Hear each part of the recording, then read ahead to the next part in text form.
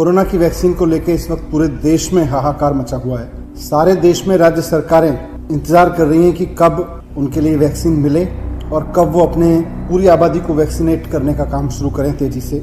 आज हालात ये हो गए हैं लेकिन केंद्र सरकार के मिसमैनेजमेंट की वजह से कि युवाओं की वैक्सीन देश में किसी भी राज्य को नहीं मिल रही। केंद्र सरकार ने कल हमको बताया है कि अब युवाओं की जो वैक्सीन है वो जून में मिलेगी और 10 जून से पहले नहीं मिल पाएगी, वो भी बहुत लिमिटेड सी सप्लाई मिलेगी। दिल्ली में 92 लाख युवा हैं, ये जो 18 से 45 साल की उम्र के युवा हैं, इनकी संख्या दिल्ली में 92 लाख है। इनके लिए हमको 1,84,00,000 डोजेज चाहिए वैक्सीन की। सेंट्रल गवर्नमेंट ने हमें अप्रैल में केवल 4.5 लाख डोज दी, 1,84,00,000 चाहिए। अप्रैल में केवल 4.5 लाख डोज दी, मई में 3,67,000 डोज दी और जून में करीब 5.5 लाख डोज देने का एस्टिमेट दिया है, वो भी अभी 10 जून से देंगे। केंद्र सरकार कुंडली मार के वैक्सीन के डिस्ट्रीब्यूशन पे बैठी है। कहने के लिए तो कह रही है, हमने राज्य सरकारों को कह दिया है कि खुलेआम ले लीजिए, आप खरीद लीजिए, लेकिन उसके बाद संख्या तय कर रही है कि आप 50,000 से ज़्यादा नहीं खरीद सकते, आप 1 लाख से ज़्यादा खरीद नहीं सकते, आप 1.5 लाख से ज़्यादा खरीद नहीं सकते। दिल्ली सरकार वैक्सीन लगाना चाहती है युवाओं को, केंद्र सरकार उसको रोक रही है।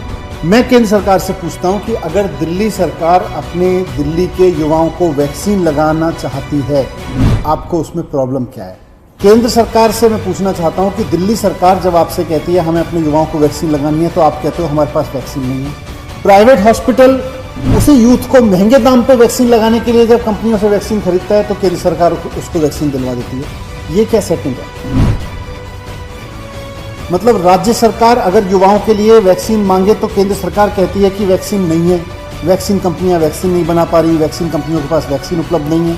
उन्हीं कंपनियों से केंद्र सरकार प्राइवेट हॉस्पिटल्स को वैक्सीन दिलवा रही है, क्योंकि प्राइवेट हॉस्पिटल्स महंगे दाम पे फिर उन युवाओं को लगा रहे हैं। जो वैक्सीन राज्य सरकार फ्री में लगाना चाहती है अपने युवाओं को, वो वैक्सीन प्राइवेट हॉस्पिटल 1,000 रुपये में, 1,200 रुपये में लगवा रहे हैं।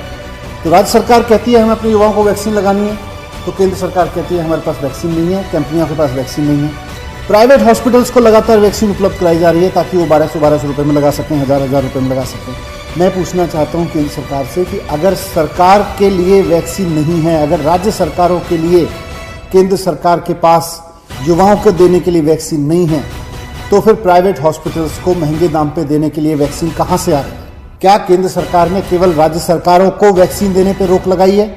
क्या केंद्र सरकार ने प्राइवेट अस्पतालों की किस राज्य को कितनी वैक्सीनेशन दी जा रही है, इस पे कोई राशनिंग नहीं है, इस पे कोई रेगुलेशन नहीं है?